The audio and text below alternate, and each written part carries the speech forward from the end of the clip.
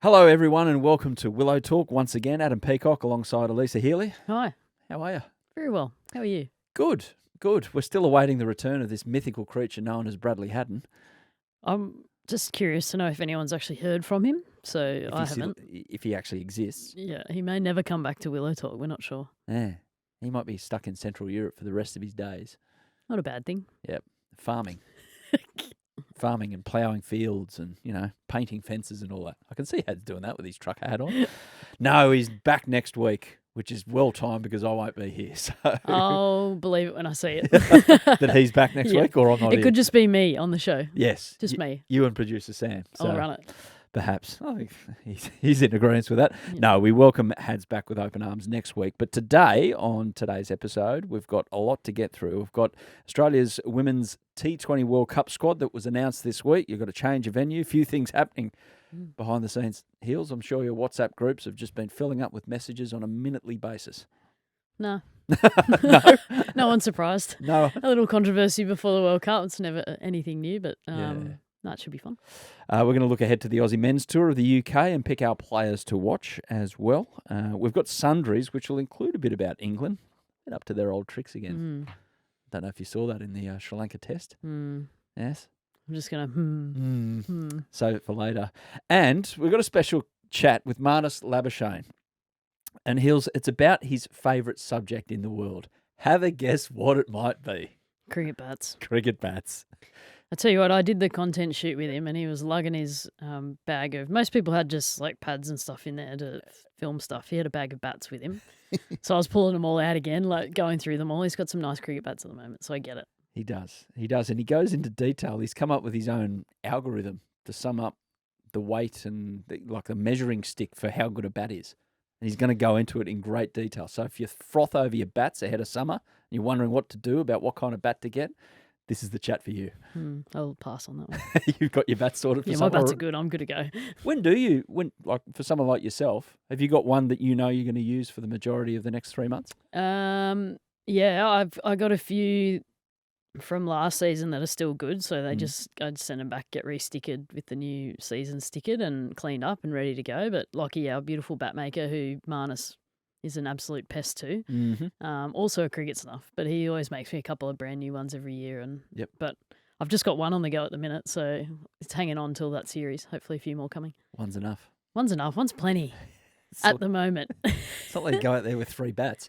Yeah. Just need one. Need one. Now, before we get into it, a reminder to send in your cricket club's trucker hats for us to wear on the show. They've started to come in, and we'll share them once Hads is back on deck next week because he loves a trucker hat. Also, thank you if you've left a review or rating on Apple or Spotify. We're inching closer to our targets of 150 and 500, respectively. So if you like the show, leave us a rating on Spotify or comment on the episode. That's a new feature, and we'd love to hear from you, good or bad. Mainly good, please. Just, make us feel good about ourselves. Be kind. Be kind. Be kind. It's a sunny world out there. And if you're on Apple, drop in a review like one of the following people have here. Whirl99 says, fantastic Australian cricket-focused podcast, great interviews, stories, and characters.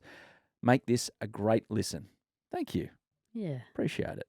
And Storm65 says, excellent podcast. I really enjoy the focus and respect for the women's game. Well done. Well, thank you. Storm65, there'd be fatalities if we didn't. So in this room, it's fair to say, with the Australian cricket captain here as well. But no, we love talking about cricket, full stop. Cricket's cricket. There you go. And finally, programming update. Willow Talk is back to 2 episodes a week from next week. And we're marking this milestone with a fantastic chat with Australia all-rounder Cam Green. That's on Tuesday and Thursday. Hads is back. So Tuesday, Cam Green, myself and producer Sam lobbed in for that chat. And height was a factor.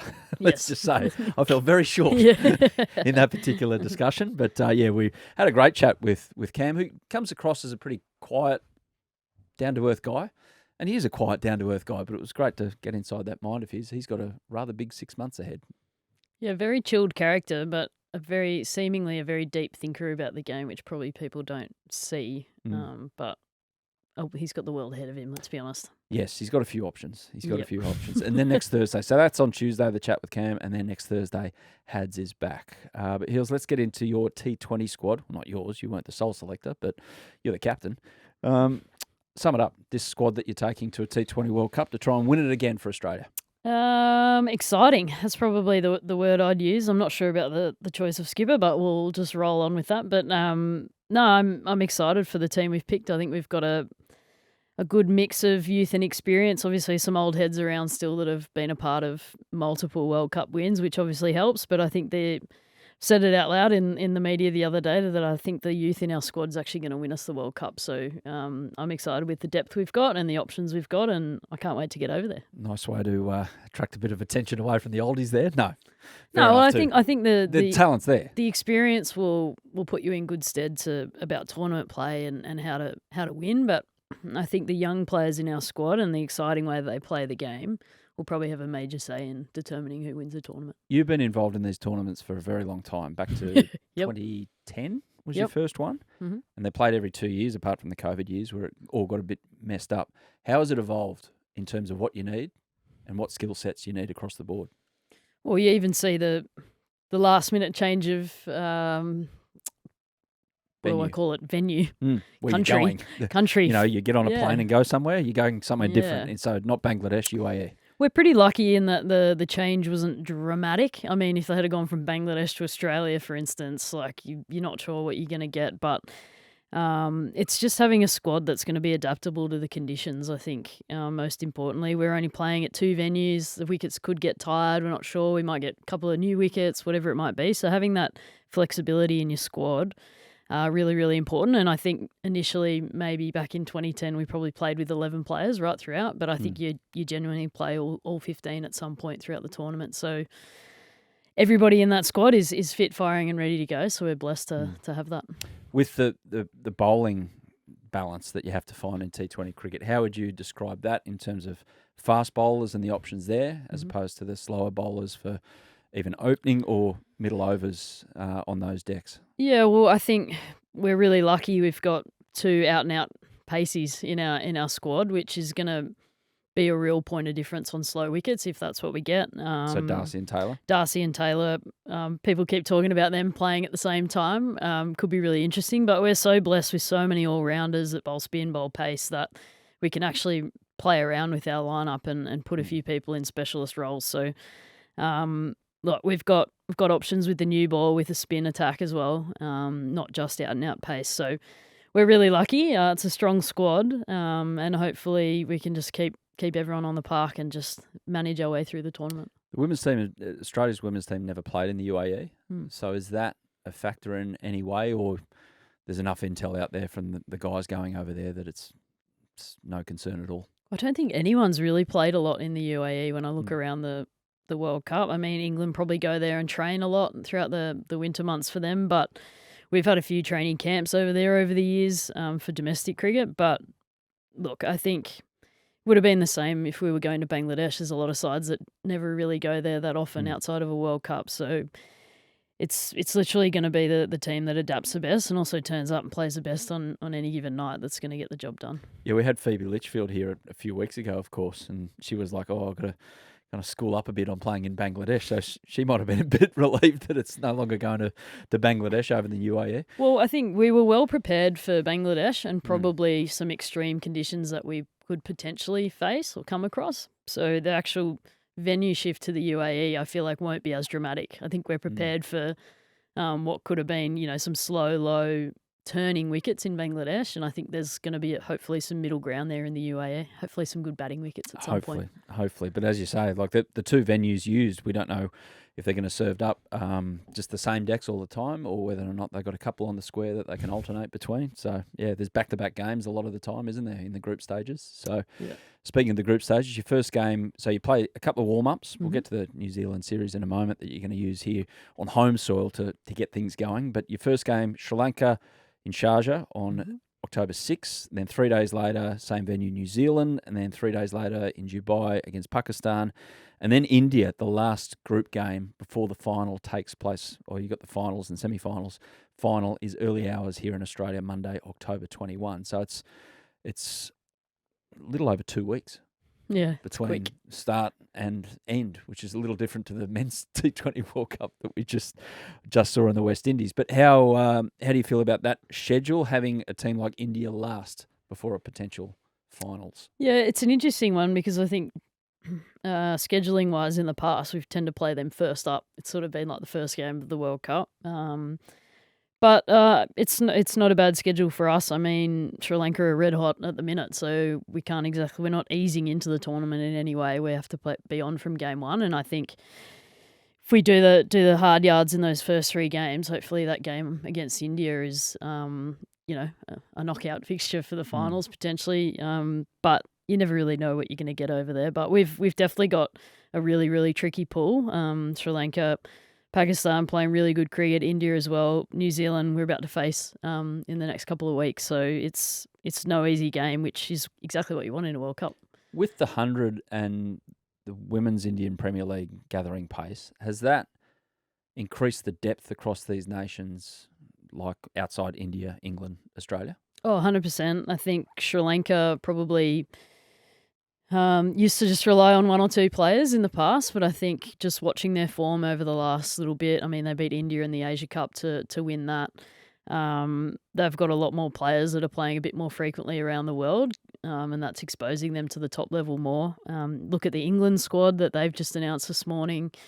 So many young players that have done really well in the 100 and the domestic competition over the last sort of 12 to 18 months. So, I think every single team in that is strong, and even the 2. So, I mean, Sri Lanka qualified through the qualifiers, which is a bit remarkable, but even Scotland coming in will be an interesting battle for some of the teams in the other pool. So, I'm excited to watch it. First time you've captained at a World Cup, so congratulations. Yeah. Look forward to that honour. Bit worried about it. Well, why? What are some of the trappings that you get? Do you get the presidential suite, or do you get first in line at the buffet, or what happens? I hope so. I mean, there's been a few rumours about some of the logistical stuff that's going on over there, which I can't really divulge, but all I could say is I hope I get a nice room. But, yeah, I think it's going to be an interesting experience. I think there's obviously a lot that goes on outside of just the cricket in a World Cup and the expectations of a captain. So it'll be an eye-opening experience. Hopefully you get a bit of downtime by the pool. It doesn't sound like it, because you'll have to go to those meetings pre-tournament about any little tweaks to rules and all of that, and hopefully you won't have to go along with the player who said a few words out in the middle that they shouldn't have for the match referee and all of those. I don't have to do that one. No? That's the manager's job. They deal with all that. I can hand that off. I think the captain should have to go to that. They're the standard setter out the middle. It's not the manager's fault that someone said something they shouldn't have. Well, the captain may not have been privy to what was going on out there, so she can stay in the change room. But setting the field. Yeah. I do have to go to the rules meeting though, so that's fine. The rules meeting. Yeah, just in case I wasn't sure. How many rules meetings have you been to? A lot. And what do they do for you? Not a lot.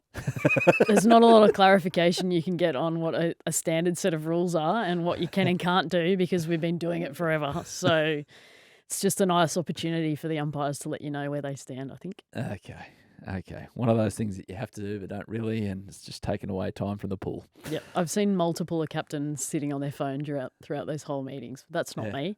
I always show respect, but there's a few that don't partake. How do you feel about it as a captain, though? Is it pressure or opportunity or excitement? Well, actually, somebody asked me the other day about what would it mean to lift the trophy as captain at the end of it, and I was like, it wouldn't be any different to me lifting the trophy if I was just a player. So I hadn't really thought about it from a captaincy perspective, but I know that it's going to be hard work, and you got to think on your feet pretty quickly. There's not a lot of time between games, so I'm looking forward to the opportunity. Yeah. I'm always intrigued, and this is getting way ahead, and you are not going to like me for bringing this up because you feel that I'm maybe hexing something, but I'm always intrigued when the captain goes to collect the trophy, and if they do it by themselves or they have the foresight to go over to the team and raise as a team. So I'll be keeping an eye on that if it works out well for Australia. I can guarantee you that it won't be me raising it, and someone else will be, but if and when that does take place. But yes. We'll just see how we go. Yeah, it's exciting. Yep. It's exciting. It's a World Cup, and look forward to seeing how you go. And you warm up for it, as mentioned before, with 3 T20s next month. Mm-hmm. So 2 games at the Great Barrier Reef Arena in Mackay, September 19 and 22. And then on September 24, down in Brisbane, Allan Border Field.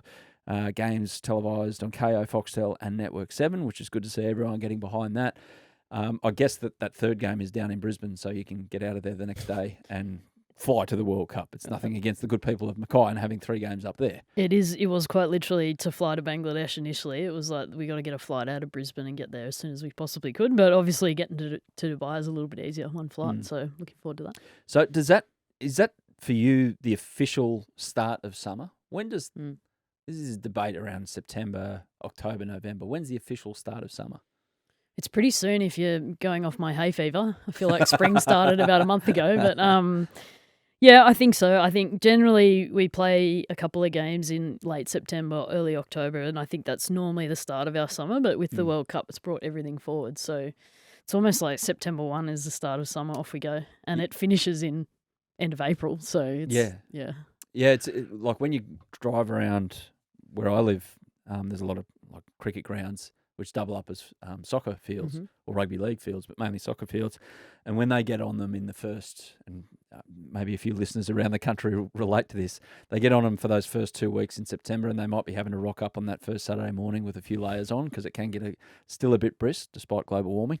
That you go out there and they're playing on mud heaps because basically there's no grass at all, and those whites aren't staying white for much longer. No. Well, I can say a lot of the ground, the big ground, the major grounds around Australia look in really good nick at the moment. So hopefully a nice, easy transition into the cricket once we get the football over and done with. Drop the pitches in and off we go. It's going to be beautiful up there. North Queensland, September.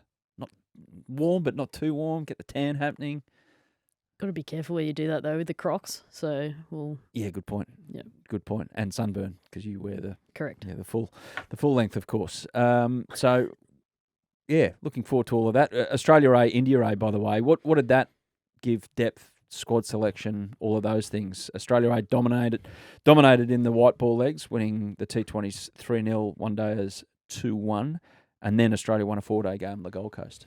I think it just showcased what we're doing really, really well, and that's developing our domestic league so that the next generation of players are ready to go and ready to step up for Australia. And I thought it was a pretty strong India A side that came out here. Not a whole heap of players that had represented India a lot, but a few that have been there and thereabouts. And for Aussie to just dominate in that series was a great sign. And to know that players are ready to go. And it's not just about the 20-year-olds that are coming through for the next gen. I mean, you look at someone like Katie Mack, even Talia Wilson, who's still a baby, but midway through her career, to know that if somebody goes down tomorrow, we don't have to pick someone that's fresh, 18, 19. We've actually got ready-made players ready to go that have been playing the game for a long period of time. So I think it's great. The more Aussie get the opportunity to play, I think the better, and just to give them opportunities of international cricket so that we can stay at the top. Anyone jump out at you? Name some names here, if you feel like it. Well, it was cool to see Tyler McGrath skipper the white ball stuff. That was great. She's in good nick as well. She came out, she got a first bauler in the first game and then did miss out after that. So she got hers out of the way early. But great to see Talia Wilson make runs in the T20. Katie Mack as always around WBBL. And then someone like Charlie Knott skippering the 4-day stuff was really cool to see. And the keeper off. I mean, the Maddie Dark 100 in the 4-day game. To see her keep as well, the three of them, obviously her, Nick Fulton and Talia Wilson around that squad was a really interesting thing to watch. But I thought they all played a really good series. So I've named about 16 names there, but they all did pretty good. It's fine, you're allowed. Yeah. You don't want to single anyone out and don't want to leave anyone Well, actually, out. To be fair, probably the pleasing part was the fast bowling depth, because we had a few injuries coming into it that players were meant to play didn't. So then they had to see who else was around the domestic game, and everyone who came in was just ready to go and took wickets, so it was good. Good stuff. Now to the Australian men's tour of the UK. The Aussie men have flown for their white ball tour of the UK, which includes 3 T20 internationals against Scotland, 3 T20s against England, 5 one-dayers as well. Riley Meredith is heading over to Scotland as cover for Josh Hazlewood, who tweaked a calf bowling in Sydney last week, but he's going to be okay. He's going to be part of the tour at some stage. Big Joshy? Yeah, I think he's still heading over, maybe just a little bit later than initially what he was, but I think his calf's pretty good, so he'll probably just get over there, train a bit, and then hopefully be right. Yeah, Riley Meredith has played 6 games for Australia, last appearance in 2021, has played some white ball cricket with county side Somerset. He would be a nightmare in English conditions with the speed that he bowls at and the way that he can move the ball. It wouldn't be fun facing him. Well, especially at Taunton. I mean, when Somerset play their cricket, there's a genuine slope there. If he was running down the slope at you, I'd be getting out of the way of that. Never been to Taunton, but you look at these grounds and you hear how lovely some of them are, like beautiful settings, like borderline countryside. Yep. Always make sure they involve the landscape in the setup.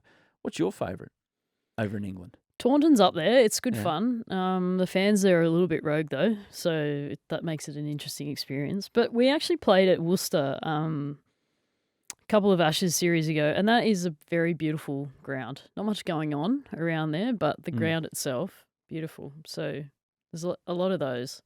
Then you've got the iconic, the Trent Bridges and the Lords and the Oval. But like a genuine small county ground, Worcester's pretty cool. Yeah, excellent. And they're good to, I would imagine, good to go and have a beer and watch some cricket at. Yes, very social. The best is when you finish it, maybe a tour game, or when you're over in Ireland and you finish and the bar's still open and they're serving everyone till midnight. It's good. Outstanding. On this tour, so there'll be, I'd say anyone who goes on this tour is at least going to get 2 or 3 games. And I can't imagine why they wouldn't, because what's on it? Nothing, really. But it's the Champions Trophy, which is the next big trophy on the line, white ball-wise, for Australia. What would you imagine that they could or should do? Is it nailing down an 11 for that, or just giving as many guys an opportunity to help with that process of getting your best 11 for the Champions Trophy next year in Pakistan? Yeah, well, personally, I'd love to see a little bit of chopping and changing to see who's next, who's ready to go. I mean, you're always looking ahead, World Cups. I know you mentioned Champions Trophy, but I'd assume they'll just pick the best 11 that they've got available for that. I mean, I even saw the other day Pat and Becky are due another child, and I think that's right around near the Champions Trophy or Sri Lanka, so that could be an interesting one. So you're probably just finding out, what you're going to get. But I'd love to see some of the young guys get a real crack at it and go, this is your opportunity to nail down a spot. Go for it. Yeah. Well, the Pat Cummins breeding program, it might have something to do with the fact that Mitch Marsh is captain for this one, and maybe he's looked at they're future-proofing themselves, Cricket Australia, with the captaincy for the Champions Trophy. But Mitch gets a crack there. I think everyone's pretty comfortable with Mitch being captain. It'll be interesting to see how he goes tactically across 50 overs. I think he'll be completely fine. I thought the guys love him first and foremost, and I think that's what you want in particular. And you've got some experience in your side as well that can always help out if need be, but I think he'll do a great job. So the others to kind of jump off the page in terms of, let's see what they can do over there. Jake Fraser-McGurk, of course, named in both squads. Would you say likely to replace Warner at the top or have the opportunity to? I guess so. I'm just looking at that squad right now, and you'd assume definitely in the T20s he'd open, and then the one days maybe a little bit up for grabs, but well, interesting to see how they go. Well, they could shuffle around and go Head and Mitch Marsh at the top in the T20s, and then play around with the middle order after that. Cooper Connolly's there as well. He's only in the T20 squad, the West Australian. He's played just 15 T20s and 1 first-class game. Happened to be a Shield final. Just turned 21. So bit of investment put in he. Yeah, well, from all reports, great player. So why not give him a crack, see how he fits into that environment, which I'm sure he will, and get going. Xavier Bartlett. Yeah. So what can he do with the new ball in the UK? Because he made it talk against the West Indies when he got his chance, especially that game at the MCG. Well, he's just the guy that's high on confidence at the minute. I mean, he had a really great summer, just on a roll. So he's like someone that you reward for having great, what's the word I'm looking for? Performances throughout the summer. Yeah, just cut that out. Thanks, Sam. The break. Cut the spaces there. Yeah, he's shaking his head. No, the break in my brain fart. She's got a bit on her mind at the moment. No, well, I think he's someone you can reward and go, here you go, have a red hot crack. In the UK, I mean, he's still using a kookaburra ball, but maybe he can get it to do a little bit more over there, depending on what the conditions are going to be like. But he just looks like he bowls an impeccable length, which is going to be hard work. And if it's not swinging, just do what England do and change it.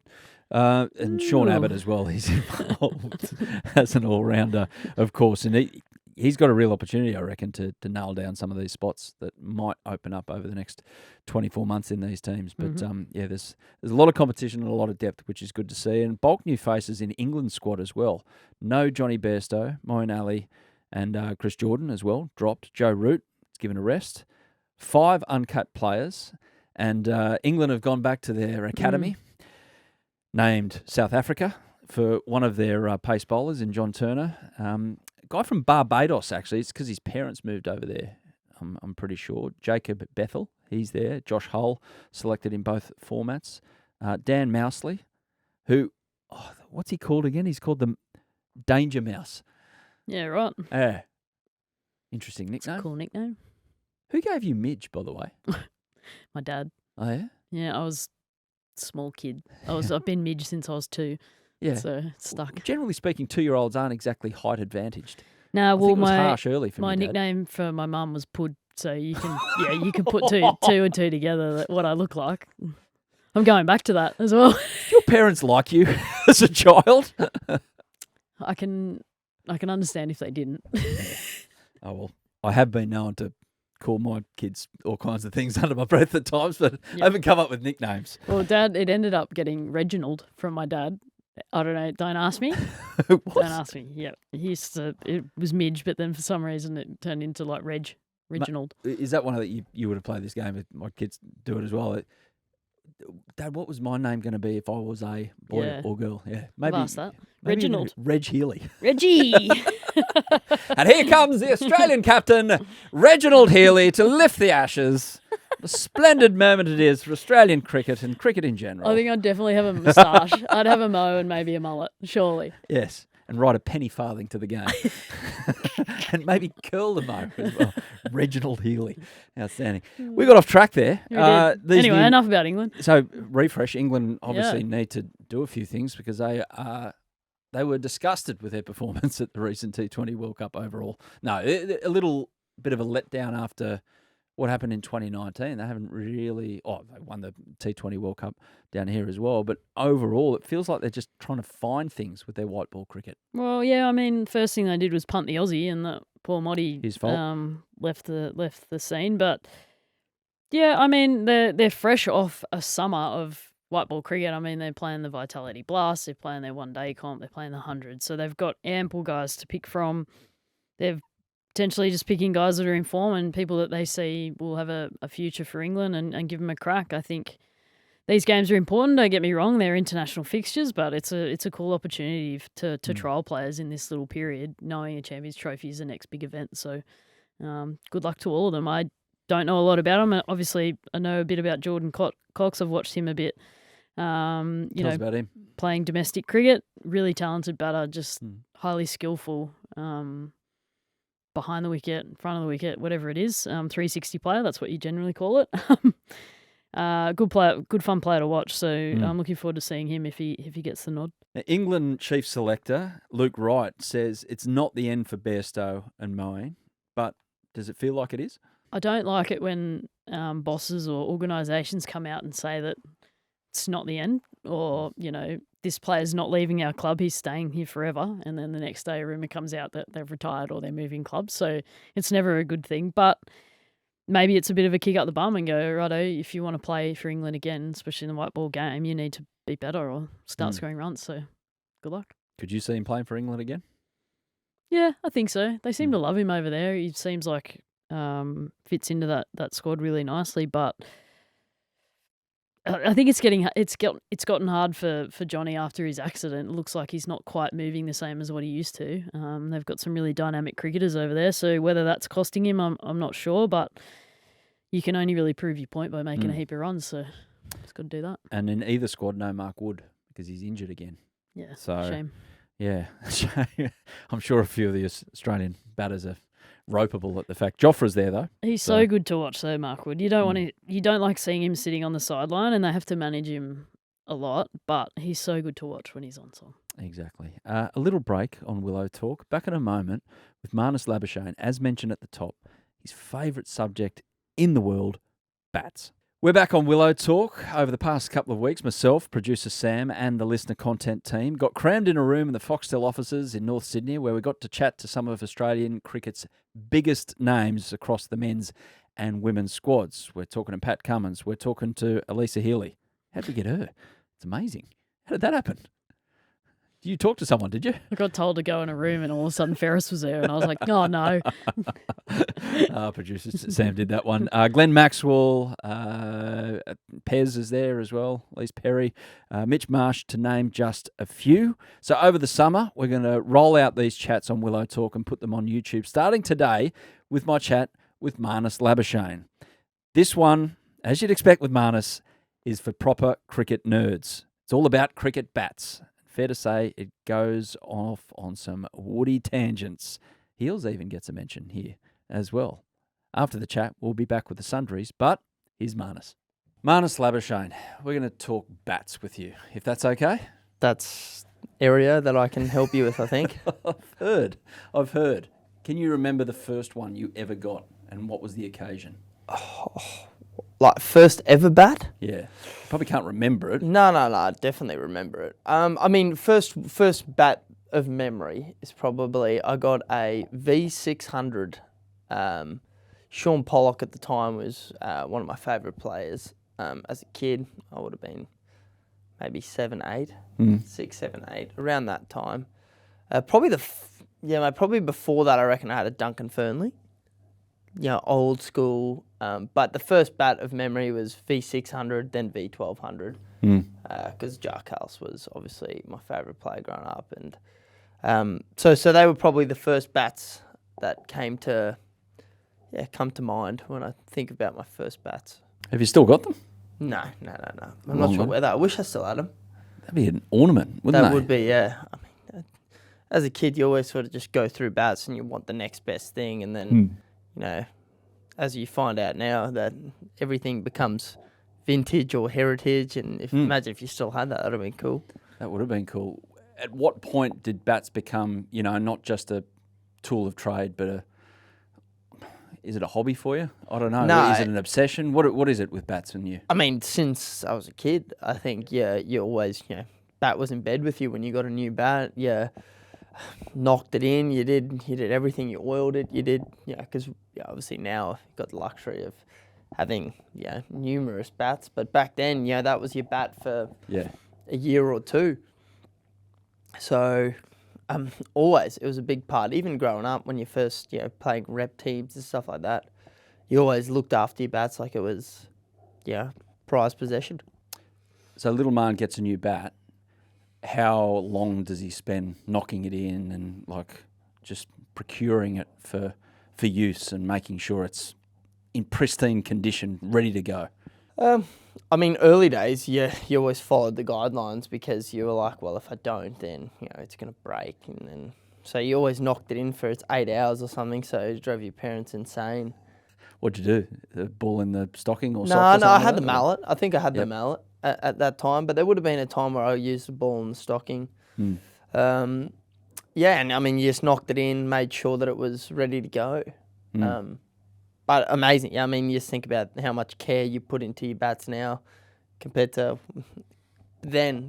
now. Whip it out of the bag and I'm like, well, I haven't used this bat before. Our first test, I'll just use a freshie and have a crack. But yeah, different type of, different time. Yeah, exactly. When did it start to become a bit of a science in terms of the weight here and the handle there and all of that? I did a lot of these things. So I did a lot of changes in my garage to my bats since very young.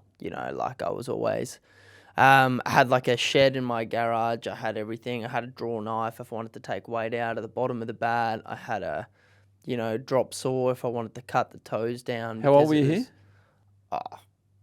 here? Between, let's say, 15, 16 and... You're a 15-year-old with a drop saw. I mean, I knew how to use a drop saw at 15. Woodwork at school? Yeah, woodwork at school. But I mean, always, Dad and I were building stuff in the backyard or growing up. So I always had that sort of handyman tool. So I had that shed, and then, if I wanted bats, because back then I probably didn't have the luxury of, speaking to the bat maker at Kookaburra now, Lockie. I'm on the phone to him now, maybe once or twice a week. We're talking about changing the bats, changing where the weight is, doing this, doing that. I want the handle slightly thinner. We're talking like a mil thinner. I want a mil thinner handle like this one. But back then I didn't have that luxury. So I was in the garage going, oh, well, this handle's a bit thick. Take the string off, sand it down, try and get the feel right.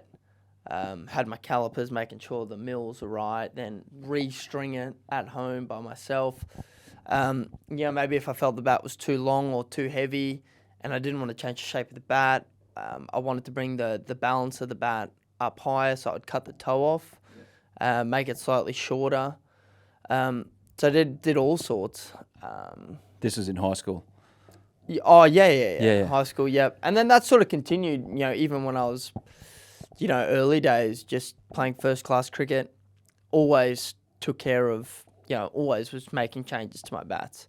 How'd you go on first dates with girls at high school? And then, you'd get to know each other and say, oh, what are you into? And I said, oh, well, on the weekend, I really love shaving a mil off my bat handle. Oh, didn't go on many dates. Enough said, I think. Didn't go on many dates at school. Too fixated on cricket, I think, so... Hey, it worked out. Wasn't the time. Well, it's fair to say. It did, yeah. It's fair to say. But yeah, that is fascinating. So now, let's spin it forward to now. So your friends at Kookaburra, so Lockie, who just sees your name pop up and go, here we go, let's get into some cricket bat talks. Oh, he definitely screen it sometimes, I reckon. Would he? Definitely screen it. Do you ever screen his calls? Family related, yeah. So if I'm with my daughter or something, but not from a... that's enough. Is he in your favourites? Surely he's got the staff treatment down the bottom left. A conversation last week where I was on the phone, and I'm a FaceTimer, so we're FaceTiming each other. Yeah. He's in the shed FaceTiming, and I'm there. I'm going, oh, I'm back to the work. So he knows that bat. So he knows when I say a bat, he knows the bat. He knows exactly the bat. We know the weight. We know what weight handles in the bat. We've recently worked with these people, with these group out at Moorabbin, the CPL. So they're about the BPI of a bat. So it's kind of another measuring tool for bats rather than just weight. So it gives you, you can have different weight bats swing the same. So, you can have a light bat with a low middle that picks up the same way as a heavier bat with a high middle. Yep. So anyway, a bit more science, we can get down to that. A lot of science. But yeah, so we've been working with them for the last 2 years or a year and a half. So that's also helped us get a better understanding of our bats and how to make them, using different bats for different conditions,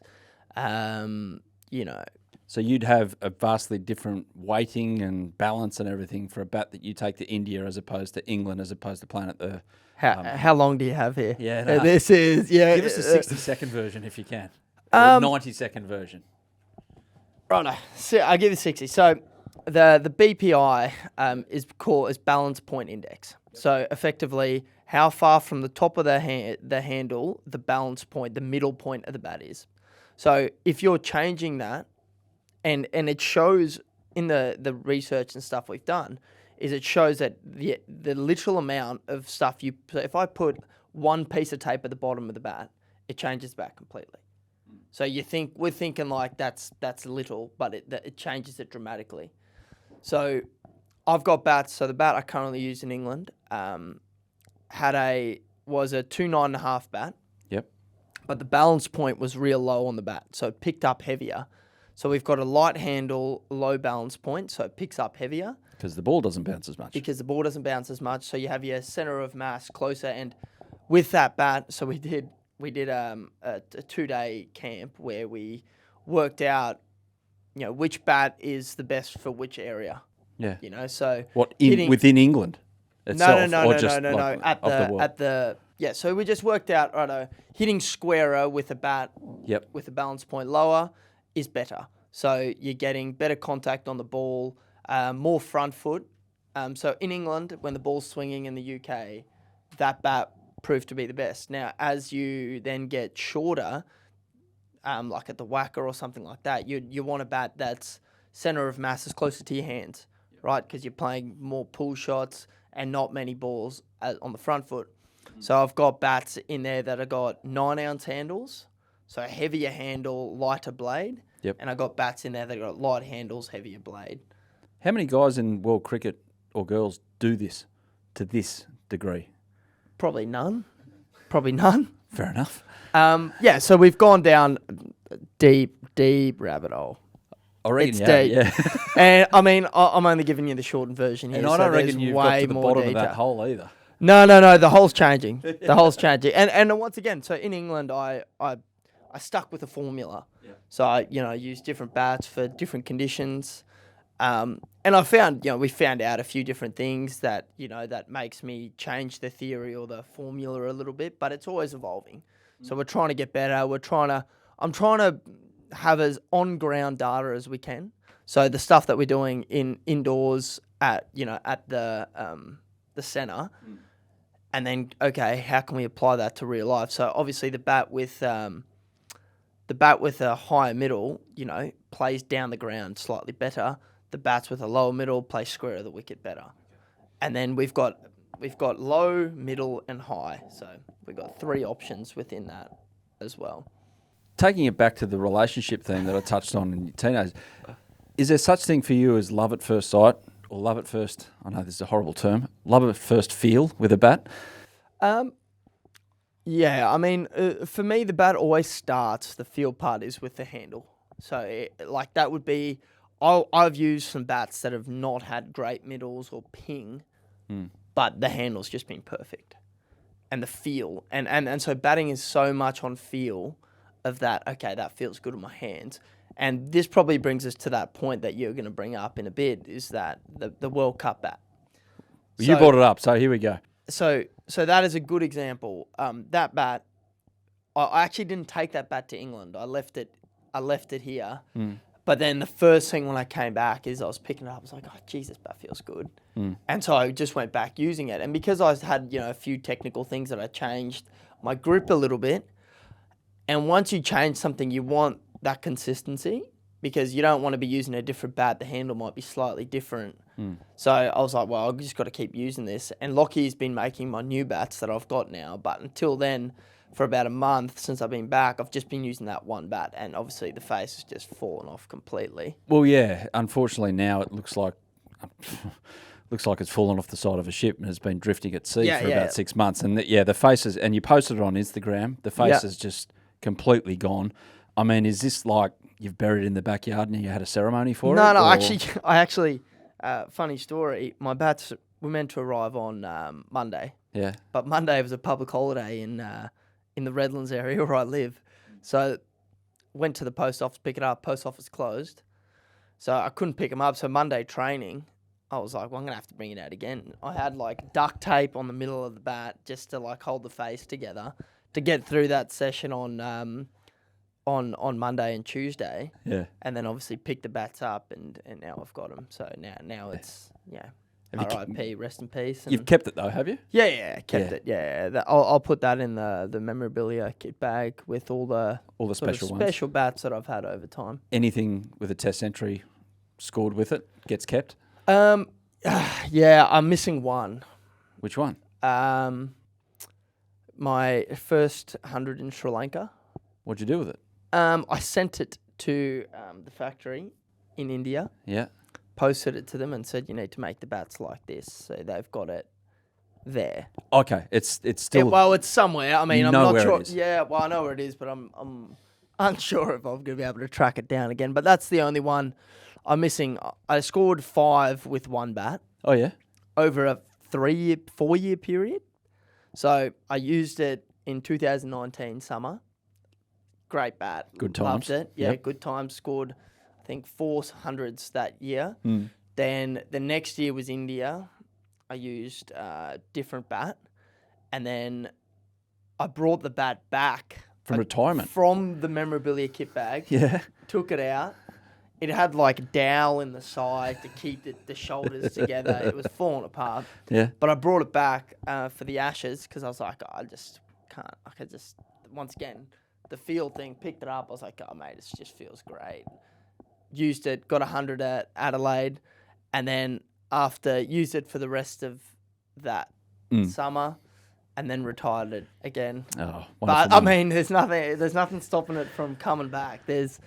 Mate, you could be the first player in the history of cricket when you win a man of the series or a man of the match to thank your loved ones and your bat. Yeah, oh, exactly. I mean, speech.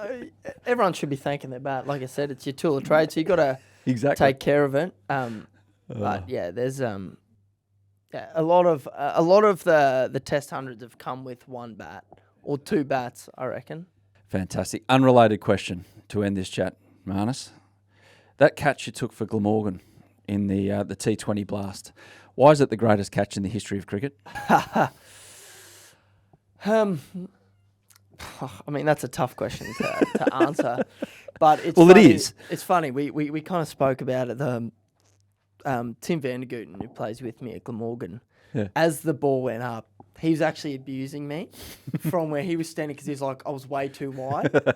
But because Mason Crane was bowling, he was bowling leg spin, and left-handers tend to like tug the ball to the square of the wicket. So I'm always giving myself more room to the left, and then trusting, because the right's my good side. So trust that, if I have to go with my right, at least give myself more chance. But yeah, I was copping abuse. And then obviously when I caught it, the boys were all over it. They were so excited. The ground level replay of that is insane. Yeah, I mean, it's just not. It's nice to have such good angles of a catch. You don't usually always get that. You know? So yeah, it was just one of those ones. It's the whole way I thought I was. It just felt like it's going to be tight. It's going to be tight, but you just have a crack and. Sat in the hands. A few of the boys gave it the old on Instagram. The ball touched the ground. Oh, okay, one of them. Yeah. Stark special. Yeah. A couple of the comments. I won't give you the credit. It's gone down. I was still a bit salty about his grounded ball at Lords, I think. So I think there's a little bit of residual pain there from He's learned his lesson. You see every time he takes a catch now. But, mate, that one... hanging in an art gallery. That was fantastic. And thank you for the chat about bats. I reckon we scratched the surface. We got about don't worry. 0.1% into the rest of the 100% about bats, but thank you, mate. No, I hope you guys enjoyed it. There he was, Marnus. How's your BPI, Heels? I don't know. It's like bad. Is that my bad putting index? Because it's fairly high. But if it's got something to do with bats, don't ask me. Wow. Like waiting, like having an algorithm and an acronym for something that tells you whether or not a bat is good for those conditions. That is taking it to another level from Marnus. Look, I completely understand, when you get a good bat and you like it and you want to keep it and you want to get one just like it if you break it. But that's about as far as I understand. And what about his poor old bat from the World Cup? Just the face fell off it. It's like a socialite who's had too much plastic surgery. That's all right. Fell off. He's got 49 more to choose from. It's fine. We know where all the Willow from Kookaburra's going. Yeah, exactly. Marnus's house. When you said at the top of the show about the stickers, so each year you have to, if you love a bat, you have to send it back because they have, the bat manufacturer changes their stickering for each summer. Yeah, every year Kookaburra bring out their range for the year, and obviously we moved on from Empower. I've gone back to Kahuna, so send my bats down, they get cleaned up again, put new stickers on it, and then send it back up. Saves Lockie making me 6 new ones. I just send him down the ones that I'm really comfortable with and using, and then keep going. You're looking after the environment, Eels. Well done. Well, yeah, I just don't see the need for it. Do they lose it if you use an old sticker on a bat on a game that's televised around the world? I think there's probably a clause or something in my contract to suggest that no, that's not what I should be doing. You using the word probably means that you haven't looked at that clause, have you? I don't actually know. I think Mitch using my cricket bat in the men's stuff caused a few problems because he's not supposed to be using like that range. So like most players are aligned to one of the ranges in the Kookaburra lineup, right, for different various reasons. So I'm going back to Kahuna. Marnus is with the Ghost. Alex Carey's got the Aura this year, the colourful ones. So you kind of put there. But at the end of the day, if you're using Kookaburra, you're using Kookaburra. Why have you changed the kind of variant of the Kookaburra bat? Well, I've gone back to Kahuna, which the Empower those stickers are no longer a thing. Oh, okay. Yeah. It I was a didn't commercial want to thing. say that. I was like, they've canned the line. No, but I'm excited. I was talking to Phoebe about it not that long ago, and she's like, "Oh, Healy and Kahuna iconic." So I was like, "Great." I'm looking forward to it. Hey, Kahuna's a better nickname. Like if you Big wanted that Kahuna. nickname, instead of Pud and Midge. Yeah. Well, I was always putting Kahuna initially because of the shape of the bats, and it suited the way that I played the game. But now you can basically, as Marnus is likely explaining, is that you can basically get the shape of the bat you want, but just choose your sticker, so it's cool. Is Mitch fussy with his bats, or is he basically just, give me something that's going to clear mid-wicket? No, because he just grabs mine out of the garage and off he goes. Fair enough. Yeah. And gets in trouble for the good people at Kookaburra for using the wrong bat. On you, Mitch. Good stuff. Let's get into sundries. Simriti Mandana has signed with the Adelaide Strikers in the WBBL, which is good to see because she can light it up when she wants to in this competition. When she wants to, yeah. Well, her fourth team. She's played 4 years of WBBL and it's her fourth team. So bouncing around Australia. Very good pickup. I know India and New Zealand play an ODI series straight after the World Cup. So she's obviously not going to be available for the whole thing. But a nice signing, especially when you're looking forward over the next couple of years and having retentions in the draft. It's a pretty good signing. So grade that signing from A+ to D-. A+. It's going to be nice. Well, A, because I think the Sixers signing Emilika is A+. And you were very happy with that. Well, that was a couple of months ago, wasn't it? Yeah, and then Mandana is probably it's an A. Obviously missing a few games, but so is Amelia. But like I said, for the following years, good get. Now, England beating Sri Lanka in the second test by 5 wickets is a story. Sri Lanka at some stages there looked like they were going to pull off a pretty remarkable victory, but in the end, class told. However, what we want to talk about is the controversy. That's all we care about here at Willow Talk when it comes to things like this. Sri Lanka were 4 for 164 on day 3, holding a slender 24-run lead in their second dig when the Duke's ball was changed after 42 overs. Yeah, Matthews and Mendes had put on 53 but could barely score a run against the new, and for those listeners out there listening to me say the word new, I've got 2 hands up with inverted commas as I say new ball, was much firmer, had a higher seam, and went round corners, basically, this thing. It's not the first time I've seen this, is it? It's really hard one because, look, if there was genuinely a problem with the ball that the umpires needed to change it for, that's fine. The seam was screwed. Looking at the photo of the seam, it was screwed. Yeah. But is that warrant to change the ball? I don't know. But like I'm just thinking about, so when you get a box of Kookaburra balls that you got to choose from, let's say someone pounds one out of the park, right? All the balls in that box are aged. So we bowl with them I bowl with them in the practice to get them ready. Like thunderbolts. Here's a 10 over old ball or whatever, and I've bowled 10 overs. But like maybe a ball that's in that box that is 42 overs old, technically, they could be bowling on like fresh wickets out the back with that ball for 42 overs, or someone's wanging it and it's not even scarring, just like a little bit. So, which looked like this ball that they changed to. Yeah, it seems it's somewhat in the rules, but then I don't know. I don't like it. Well, Angelo Matthews said after it, he said, it changed the entire momentum of the game. You worked so hard to get rid of that shine, and we did that. Once the ball was changed, it was a whole different game. Yeah. Same thing happened in the 5th test. Yep. And it sounded like same old Aussies always whinging, but this time it's Sri Lanka doing the same as well. I would like to see a rule implemented. If you're the fielding side, you can only go up to the umpire twice in an innings and say there's a problem with this ball. You can't go up every 5 overs and go, there's a problem with the ball, there's a problem with the ball. Like, it's like eventually the umpire is going to relent just by, if you bug your parents enough, eventually they're going to give over and buy you the Kinder Surprise. I'm talking from experience here. But like you can't just keep badgering the umpire to say the ball's no good, the ball's no good. Either the ball's no good or not. Well, yeah, it's probably opened up a can of worms for Test cricket moving forward. Like, I'm just thinking about it. We've got a day-night test at the MCG later in the summer. Notoriously, the pink ball goes a little dull once it's lost his shine. So how much can you go to the umpire and say, this ball's no good, this ball's no good, just because it's not doing enough? Or have you got to find a way to get players out like you're supposed to in Test match cricket?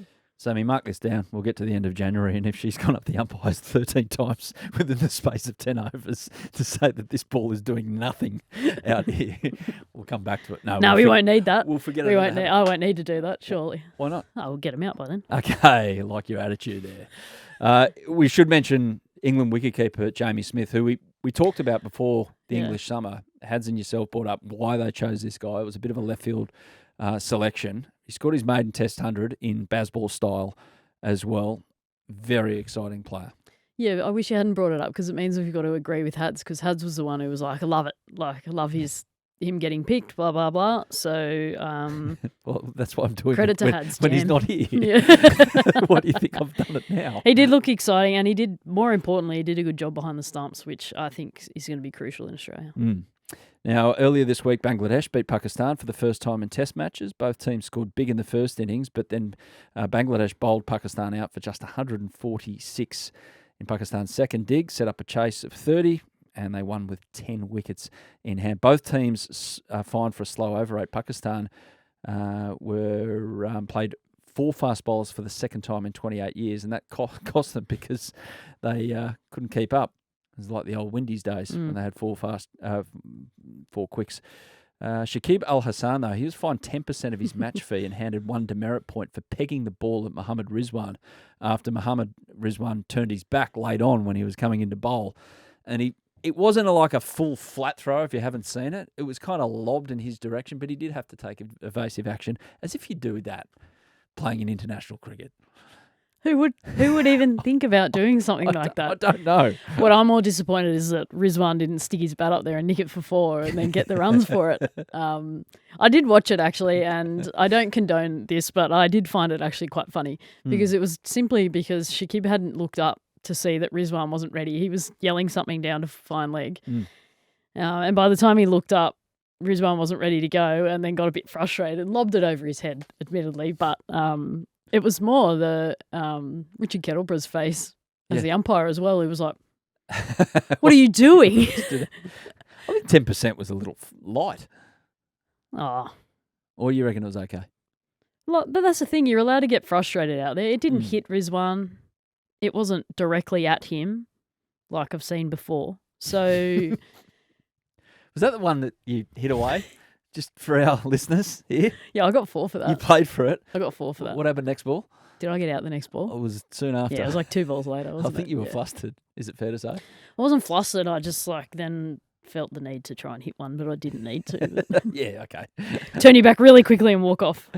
Exactly. Jay Shah has been elected the new ICC chair, and a surprise to absolutely 0% of the cricket aficionado population out there. 35 is the youngest ICC chair, was elected unopposed. Shah says he was to set up a separate program for finding new talent, prioritise Test cricket and allocate more resources to women's cricket and differently abled cricket. He starts on December 1, 35 years of age. I've got 6 months to prep for my chairmanship. Yes, exactly. Exactly. Hopefully he walks the walk after talking the talk about all those things. Well, yeah, I think so. I mean, we're not all we're all pretty accustomed to politicians not following through on what they promise in their elections, but there's a lot of things in there that they actually need to work on. So good luck to him. Obviously, I've seen the growth in the women's game in India with him in charge. So look, I'll wait to see how that all unfolds. But prioritising the world game, I think, is really important, and moving that forward, not just in the big 3 countries. So hopefully that takes place. Yeah, it felt like 5 years ago they were just happy. Like the big 3 were happy for it to just continue on as the big 3, whereas if you let the rest slide, it's just a massive missed opportunity. There's a real opportunity to have in 10 years, 15 years' time at every T20 World Cup, men's and women's, 10 to 15 sides that are capable of going in to win it. 100%. I just look at New Zealand cricket at the moment, men's and the women's, like they're sort of at a really unique point in time where their players aren't taking up central contracts to go play around the world. And it's like, okay, that's fine, but how do we keep New Zealand cricket strong? Because, you know, they're 3 hours away from us. How good would it be if we played New Zealand every year? And there are teams like that, and they're still going well in the international game. But how hard would it be for an Ireland, a Scotland, a Zimbabwe to come in now and compete? So we just got to keep finding ways to keep cricket strong right around the world. And one idea as such that's been championed by Cricket Australia Chair Mike Baird is a test cricket fund funded by the ICC. It's been floated. One aim is to provide a minimum match fee for all countries, which would reportedly be $10K US. The fund is for nations outside the big three as costs increase playing and test cricket. The West Indies lost US $2 million touring Australia last summer. Does this count in the women's game? Are you suggesting that I could get a minimum of $10,000 US to play a test match? It's outside the big three, unfortunately. You play in Australia, so no. You don't get that figure just yet for playing a test match? All right, fine. But no, it's good. Yeah. It's a good thing, right? Like I said, growing the global game is the most important thing, and that's the ICC's job. So I like it. I think if we're going to keep Test cricket relevant, it needs to be played right across the world, not just us and India and England. Exactly. Heels, that's us for this week. Enjoy the company of Hads over the next couple of weeks. Can't wait. And I won't see you when I get back, because when I get back, you'll be at the Great Barrier Reef Arena. So I'll see you at some stage. I don't know. We're going to do some Zooms to old mate over here, the captain. Yes. Can't over wait. in Dubai. So good luck. Great. Thank you. Thanks for listening to Willow Talk. Have a good one. Yeah, thanks for watching the Willow Talk podcast on YouTube. Don't forget to hit the subscribe button so you don't have to miss an episode wherever you are. And while you're at it, check out these videos up here. They're mostly good.